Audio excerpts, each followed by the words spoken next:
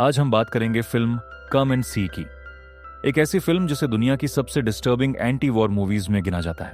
1943 world war II अपने सबसे खतरनाक दौर में पहुंच चुका था, जहां लाखों लोग युद्ध लड़ रहे थे, वहीं कुछ लोग बस जिंदा रहने की कोशिश कर रहे थे। और इसी डर, तबाही और इंसानियत के खत्म होते माहौल में शुरू होती है एक ऐसी कहानी जो किसी हॉरर फिल्म से भी ज्यादा डरावनी है, क्योंकि ये सब सच के बहुत करीब है। लेकिन ये सिर्फ युद्ध की कहानी नहीं है, ये एक बच्चे की मासूमियत के खत्म होने की कहानी है। तो वीडियो को आखिर तक जरूर देखना, क्योंकि इस फिल्म का हर सीन आपको अंदर तक हिला देगा। कहानी शुरू होती है बेलारूस के एक छोटे से गांव से, जहां एक लड़का फ्लायोरा अपने दोस्त के साथ मिट्टी खोद रहा होता है। वो लोग किसी खजाने की तलाश नहीं कर रहे, बल्कि पुरानी बंदूकें ढूंढ रहे हैं ताकि वो युद्ध में शामिल हो सकें। फ्लायोरा अभी बच्चा है, लेकिन उसके अंदर हीरो बनने का सपना है। उसे लगता है युद्ध किसी एडवेंचर की तरह होगा। आखिरकार उसे एक पुरानी राइफल मिल जाती है। वो खुश हो जाता है, जैसे उसकी जिंदगी का सबसे बड़ा सपना पूरा हो गया हो। लेकिन गांव के बूढ़े लोग डर जाते हैं, क्योंकि उन्हें पता है कि अगर जर्मन्स को पता चला तो पूरा गांव खतरे में पड़ सकता है। कुछ समय बाद सोवियत पार्टीजन्स गांव में आते हैं। ये वो लोग हैं जो जर्मन्स के खिलाफ लड़ रहे हैं। फ्लायरा उनसे रिक्वेस्ट करता है कि उसे भी अपने साथ ले जाएं। उसकी मां रोने लगती है, क्योंकि वो जानती है कि युद्ध में जाने का मतलब शायद कभी वापस ना आना। लेकिन फ्लायोरा नहीं मानता।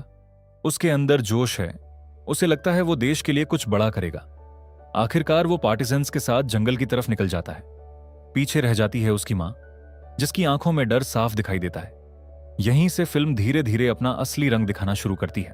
जंगल में पहुंचने के बाद फ्लायोरा को एहसास होता है कि ये कोई हीरोइक दुनिया नहीं है। यहां हर इंसान डरा हुआ है। हर तरफ भूख, थकान और मौत का साया है। पार्टिजन्स उसे लड़ाई में शामिल भी नहीं करते। उसे छोटे मोटे काम दिए जाते हैं। फ्लायोरा अंदर से टूटने लगता है। उसे लगता है उसे सीरियस नहीं लिया जा रहा। उसी दौरान उसकी मुलाकात ग्लाशा नाम की लड़की से होती है। दोनों थोड़ी देर के लिए युद्ध की डरावनी दुनिया को भूलने की कोशिश करते हैं। लेकिन तभी अचानक आसमान में जर्मन बॉम्बर्स दिखाई देते हैं। पूरा जंगल धमाकों से कांप उठता है। तेज आवाजों के बीच फ्लायोरा जमीन पर गिर जाता है। बॉम्ब ब्लास्ट इतना खतरनाक होता है कि उसकी सुनने की ताकत लगभग खत्म हो जाती है। अब फिल्म का माहौल पूरी तरह बदल चुका है। अब सब कुछ सपना नहीं, नाइटमेयर बन चुका है। बॉम्बिंग के बाद फ्लायोरा और ग्लाशा जंगल से भागते हैं। दोनों थके हुए हैं, डरे हुए हैं। फ्लायोरा फैसला करता है कि वो अपने गांव वापस जाएगा। उसे उम्मीद है कि उसकी फैमिली सुरक्षित होगी। लेकिन जब वो गांव पहुंचते हैं तो वहां अजीब सी खामोशी होती है। ना कोई इंसान, ना कोई आवाज। घर खाली पड़े हैं।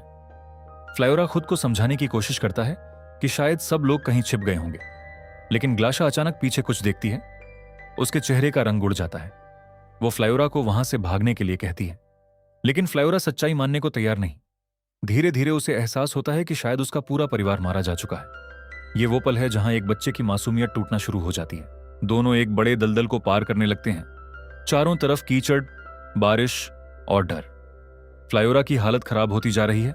वो मानसिक रूप से टूट रहा है। ग्लाशा उस पर चिल्लाती है कि सच स्वीकार करो, तुम्हारा परिवार अब नहीं रहा। लेकिन फ्लायोरा सुनना नहीं चाहता। उसके चेहरे पर शौक साफ दिखने लगता है। ऐसा लगता है जैसे कुछ ही दिनों में वो बूढ़ा हो गया हो। यही इस फिल्म की सबसे बड़ी खासियत है। यहां युद्ध सिर्फ लोगों को नहीं मारता, बल्कि इंसान के अंदर की उम्मीद भी खत्म कर देता है।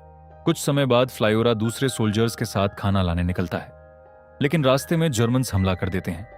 लैंडमाइन ब्लास्ट में उसके साथी मर जाते हैं। चारों तरफ केओस फैल जाता है। फ्लायोरा किसी तरह बच निकलता है, लेकिन अब उसके चेहरे से सारी मासूमियत गायब हो चुकी है। वो सिर्फ एक डरा हुआ बच्चा नहीं रहा, बल्कि युद्ध का शिकार बन चुका है। अब फिल्म अपने सबसे हॉरिफाइंग हिस्से में पहुंचती है। फ्लायोरा एक गांव में पहुंचता है, जहां जर्मन सोल्जर्स और उनके सपोर्टर्स लोगों को पकड़ रहे हैं। औरतें, बच्चे, बूढ़े, सबको एक बड़े बान यानी लकड़ी के गोदाम में बंद किया जाता है। लोग रो रहे हैं, चिल्ला रहे हैं, लेकिन कोई बचाने नहीं आता। जर्मन सोल्जर्स हंस रहे होते हैं, जैसे इंसानों की जान उनके लिए कोई मायने ही नहीं रखती। कुछ लोग बाहर निकलने की कोशिश करते हैं, लेकिन उन्हें वापस अंदर धकेल दिया जाता है। फिर पूरे बान में आग लगा दी जाती है। अंदर बंद लोग चीखते रहते हैं और बाहर खड़े सैनिक सेलिब्रेशन करते हैं। फ्लायोरा ये सब अपनी आंखों से देख रहा होता है और यही वो पल है जहां उसका बचपन हमेशा के लिए खत्म हो जाता है। अब फ्लायोरा पहले जैसा नहीं रहा। उसका चेहरा बदल चुका है। उसकी आंखों में डर, गुस्सा और खालीपन दिखाई देता है। वो अब किसी हीरो की तरह नहीं दिखता, बल्कि एक ऐसे इंसान की तरह दिखता है जिसने नरक देख लिया हो। फिल्म बार बार यही दिखाती है कि युद्ध में कोई जीतता नहीं, सब कुछ खत्म हो जाता है। इंसानियत, बचपन, उम्मीद, सब। फिल्म के आखिर में फ्लायोरा को हिटलर की एक तस्वीर मिलती है। वो गुस्से में उस तस्वीर पर गोलियां चलाने लगता है और तभी फिल्म हमें हिटलर की जिंदगी के उल्टे विजुअल्स दिखाती है, जैसे समय पीछे जा रहा हो। आखिर में हिटलर एक छोटे बच्चे के रूप में दिखाई देता है। फ्लायरा गोली चलाना रोक देता है क्योंकि शायद उसके अंदर कहीं ना कहीं इंसानियत अभी भी बची हुई है। और यही इस फिल्म का सबसे पावरफुल मैसेज है।